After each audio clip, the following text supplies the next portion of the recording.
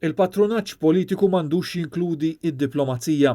Kliem il-lettur George Vital Zammit hekk kif kienet jikkummenta waqt il-programm Net Live dwar il-post tal-eks ambaxxatur ta' Malta l-Finlandja Michael Zammit-Tabona fejn attakka lill-Kanċellier tal-Ġermanja Angela Merkel.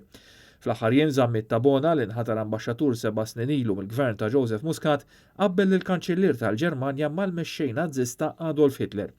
George Vital Zammit qal li kitbiet bħal dawn mhux biss huma imbarazzanti għall-individwu iżda wkoll għall-pajjiż li jkun qed jirrappreżenta u saħaq li kemm jista' jkun l-ambaxxaturi ma jkunux ħatri politiċi jew jekk isiru dawn isiru b'responsabbiltà.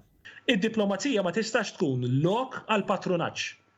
Ma nistgħux impoġġu nies hemmhekk għaliex għamlulna pjaċir għax iddonawna fil-kampanja tajjeb nerġa' ngħid din mhix xi ħaġa ġdida, amministrazzjonijiet nazzjonalisti kien hemm political appointees imma dawn iridu jsiru b'responsabbiltà għaliex imbagħad irid jitħallas prezz qares.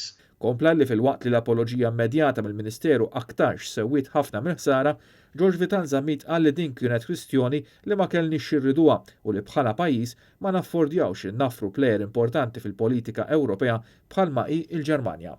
Fi kriżi bħal din għandna l-kwistjoni tal-Covid, għandna kwistjonijiet ta' finanzjamenti, għandna l-Mediterran, l-immigrazzjoni, pajjiżna jista' jkun qed jagħmel laqat importanti ħafna. Il-Ġermanja huwa l-iktar political player b'saħħtu fl-Ewropa. Kien Net News.